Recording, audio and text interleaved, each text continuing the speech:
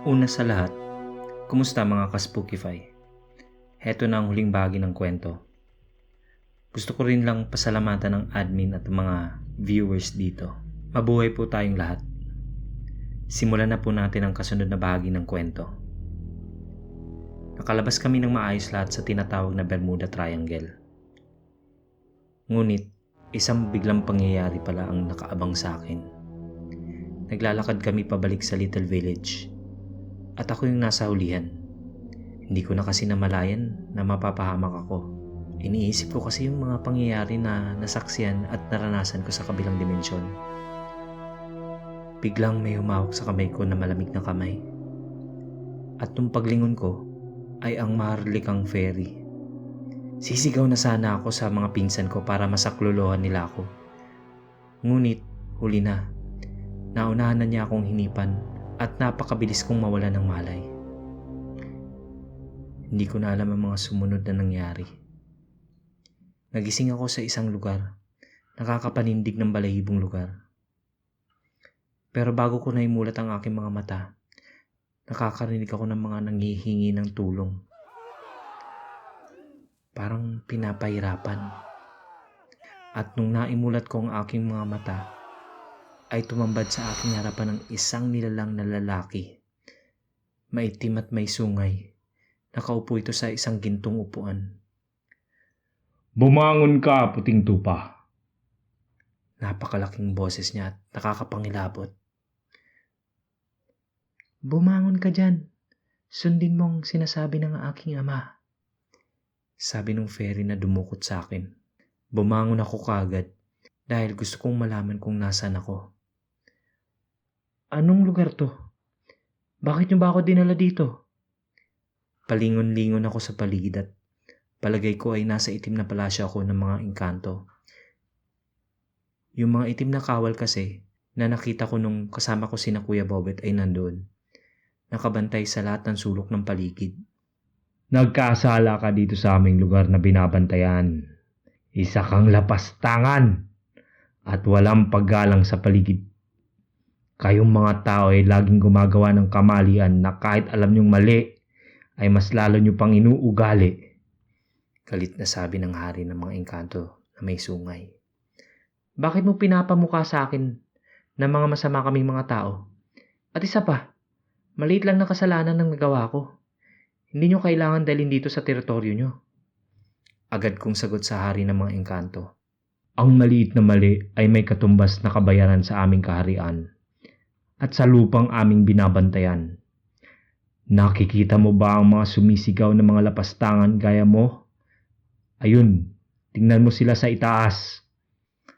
Sabi nito sa akin at itinuro ang itaas na bahagi ng kaharian nila. Kaya tumingala ako sa itaas at nanlambot ang mga tuhod ko. Kamuntik na akong mapaupo sa kinatatayuan ko. Mga tao na nakabao ng kalahating katawan nila pati warik. Sila pala yung mga naririnig kong humihingi ng tulong. Sila ay pinaparusahan ko dahil sa pagsuway at paglapastangan sa lugar na ito. Sobrang tagal na nila dyan. At habang nandito sila, pinaparusahan ko sila. Hindi sila mamamatay. Magdudusa sila habang buhay. Kung palalayain ko naman at ibabalik sa mundo nyo, tsaka pa lang sila mamamatay. Dahil ikaw ay nagkasala at sumuway sa pinagbabawal sa lupang binabantayan namin. Bibigyan ka namin ng pagkakataon na makabalik sa mundo mo, kapalit na magiging asawa mo ang anak ko. Pagkasabi ng hari ay nagsigawan lahat ng mga kawal sa paligid na parang mga asong umaalulong. Napakasakit sa tenga at sinabayan pa nila ng pagpadyak sa mga paa nila na parang may mga bakal. Kinilabutan ako sa sinabi ng hari ng mga engkanto. Bakit kailangan kong maging asawa ang engkanto nyo? Bawal ito sa batas ng Diyos. Ang tao ay para sa tao lang, hindi para sa tulad nyo. Kaya pala mga gaya nyo ay hinulog dito sa lupa dahil gusto nyong lumamang sa Diyos, diba? Alam ko ang mga engkanto ay uri din ng anghel. Ngunit sakim kayo sa kapangyarihan. Parusahan niyo na ako at ibalik niyo na ako sa mundo ko. Hindi ako papayag na magkaroon ng koneksyon sa mga gaya niyo. Parusahan niyo na ako. Tatanggapin ko. Sabi ko sa hari nila na tinuturo ko na dahil nabigla ako sa sinabi nito sa akin. Kung yan ang iyong kahilingan, hindi ikaw ang paparusahan namin. Dahil ikaw ay apo ng isang kawal ng maestro. Alam kong pag pinarusahan kita ay magkakaroon ng digmaan sa pagitan ng mga kawal ng mga maestro nyo laban sa amin. Kaya pipili na lang ako sa malapit mo sa buhay. Yun ang paparusahan namin. Sabi nung hari na tumatawa ng malademonyo at umaalingaw ang buong paligid. Kinabahan ako sa sinabi ng hari ng mga engkanto. Na baka tutuhanin niya kasi. Alam ko ang kakayahan nila na kung anong gustuin nila ay nagagawa nila. Alam kong si partner ang bubuntungan nila ng kaparusahan kahit di ko nga sinabi na hindi ako pwede ipakasal sa Marlik ang anak niya dahil may partner ako. Gaya ng sinabi ko, bawal makipagrelasyon ng isang tao sa isang engkanto. Alam niyo yan. Bakit niyo ba pinipilit ang bawal at bakit niyo ba ako iniipit sa sitwasyon ko? Tanong ko sa hari ng mga engkanto. Tama ka. Bawal ang engkanto umibig sa mga tao. Pero ang anak ko ay kalahating tao at kalahating engkanto. Tao ang ina niya. At membro dati ng samahan niyo. Gusto mo bang malaman kung bakit gusto kong ipakasal sa iyo ang anak ko? Tampalasang puting tupa. Pagsisiwalat tungkol sa anak niya at pagtatanong sa akin. Pero mali pa rin ito. Huwag niyo akong ipitin at pilitin sa ayaw ko. Sagot ko sa hari ng engkanto. Sabay binaling ko na ang tingin sa anak nito na nasa gilid ko lang at tahimik na nakikinig na nakatitig sa akin. Kung ano man yung mga ginawa niyo sa ina ng anak niyo, ay huwag mo na ako idamay na magkasala sa batas ng Diyos. Sabay pagkuyom ng aking kamay at nagdasal ako ng Latin ng tahimik. Baliwala ang dasal mo, puting tupa. Hindi ka maririnig ng mga maestro at Diyos mo. Habang nasa loob ka ng aking kaharian, ay may harang na kahit anong taimtim pa na dasal mo ay walang makikinig sa'yo. Ito ay napagkasunduan na sa pagitan ng itim at mga puting anghel na kinabibilangan mo.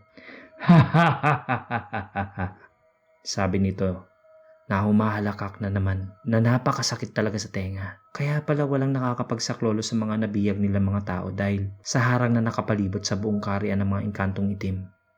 Sasabihin ko na sa'yo, puting tupa, kung bakit gusto kitang ipakasal sa anak ko. Yun ay dahil may dugong nananalatay sa'yo sa isang kawal ng Diyos.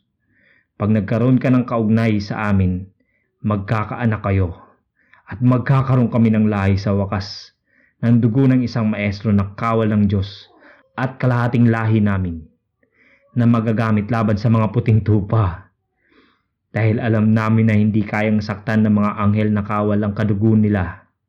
At higit sa lahat, magkakaroon kami ng lahi na makakatagal mamuhay sa lupa. Ngayon, alam mo na, puting tupa, papayag ka ba? O idadamay namin ang malapit sa iyo? Mag-isip ka! Pagkasabi ng hari na nanlilisik ang mga malaagilan nitong mata. Gagawin niyo talaga ang lahat para lumamang sa Diyos namin. Wala kayong pinagkaiba sa mga kampon ng demonyo. Nakuyom na ang mga kamay ko. Gusto ko nang hamunin ng hari ng suntukan na lang sa sobrang galit ko. Ngunit nagtitimpi lang ako. Alam kong wala akong laban. Maraming kawal at napakamakapangyarihan nito dahil nasa loob kami ng kaharian niya. Huwag mong isali ang mga kakampi namin dito, puting tupa. Itong usapan na ito ay sa pagitan lang natin. Alam kong minsan mo nang sinira ang kuta ng mga alagad ni Panginoong Lucifer. Pero di mo magagawa yan dito. Siguro naman sinabihan ka na ng lolo mo na wala silang magagawa kapag may nangyari sa'yo dito, di ba? Alam mo kung bakit? Dahil hindi nila alam ang mga nangyayari dito sa loob. Yun ay dahil sa napagkasunduan na bawal pumasok at lumusob ang mga puting anghel dito. Hindi nila sisirain na napagkasunduan na. Pagpapaalala ulit ng haring engkanto sa akin. Para hindi ka naman lugi sa kagustuhan ko, gumawa tayo ng kasunduan, puting tupa. papayag kang magpakasal sa anak ko at 5 ng mga nabiyag dito ay papakawalan ko. O papalabasin kita dito dahil hindi pwede na bihagin ka namin dahil magkakaroon ng digmaan laban sa mga puting anghel at nasasakupan ko. Pero paparusahan ko ang malapit na tao sa'yo. Pumili ka, puting tupa. Pagkasabi nito ay tumawa ulit na tila ba iniinis na niya ako. Pumili ka na kasi. Mag-iisang araw ka na nawawala sa mundo mo. Huwag mo na patagalin to. Nasa iyo ang desisyon na ibinibigay ng aking ama. Sabi ng maharlikang diwata. Malumanay ang boses niya. Sige, makikipagkasundo ako sa inyo. Naway mapatawad ako ng Diyos sa mabigat na desisyon na to. Sumunod kayo sa kasunduan at pakawalan ng 5 bihag gaya ng sinabi nyo. Sabi ko sa hari pagkatapos ay yumuko ako. Ihanda ang seremonya! Sigaw ng haring engkanto at tumunog ang ingay ng tumpeta nila. Nakakatakot talaga ito pakinggan. May mga itim na engkantong kalahi nila na may dalang mga pagkain na itim at mga alak at isang gintong pitsil. Pinasbasan kami ng haring engkanto at pinainom nung nasa pitsil. Itim ang tubig na napakapait ang lasa. Uminom ang maharlikang diwata at sarap na sarap siya sa tubig nila. May tabako rin na pinahitit sa amin na simbolo daw yun ng mainit na pagtanggap sa kaharian nila. Hindi ko nagustuhan ang baho ang baho ng usok nito. Parang sinusunog na styrofoam. Sakit sa ilong.